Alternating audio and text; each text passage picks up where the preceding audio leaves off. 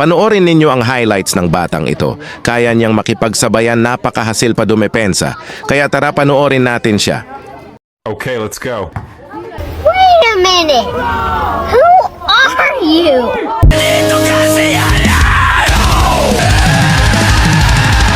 Bola niya po ba kayo sa loob? Ang malaki bahay at malawak na bakuran. Mataas na pader, pinapaligiran na nakapilang mga mamahaling sasakyan. Mga patay na laging bulong ng bulong. Wala namang kasal pero marami ang nakabarong. Lumakas man ang ulan ay walang butas ang bubong. Mga plato't kutsara na hindi kilala ang tutong. At ang kanin ay singputi ng gatas na nasa kahon. At kahit na hindi Pasko sa lamesa ay may hamon. Ang sarap sigurong manirahan sa bahay na ganyan. Sabi pa nila ay dito mo rin matatagpuan ang tao na nagmamayari ng isang upuan. Na pag may pagkatao ay pinag-aagawan. Kaya naman hindi niya pinakakawalan. Kung makikita ko lamang siya ay aking sisigawan. Kaupo na nakaupo, subukan nila mang tumayo. At baka man tumayo.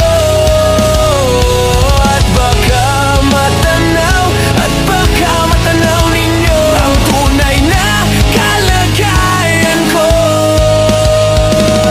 Mawalang galang lang po sa taong nakaupo. Alam niyo ba bantakal ng bigas namin ay di puno. Ang dingding ng bahay namin ay pinagtagpi-tagping yero. Sa gabi ay sobrang init na tumutunaw ng yelo na di kayang bilhin upang ilagay sa inumin. Pinakulong tubig sa lumang takuring uling-uling. Gamit ang panggatong na inanod lamang sa estero na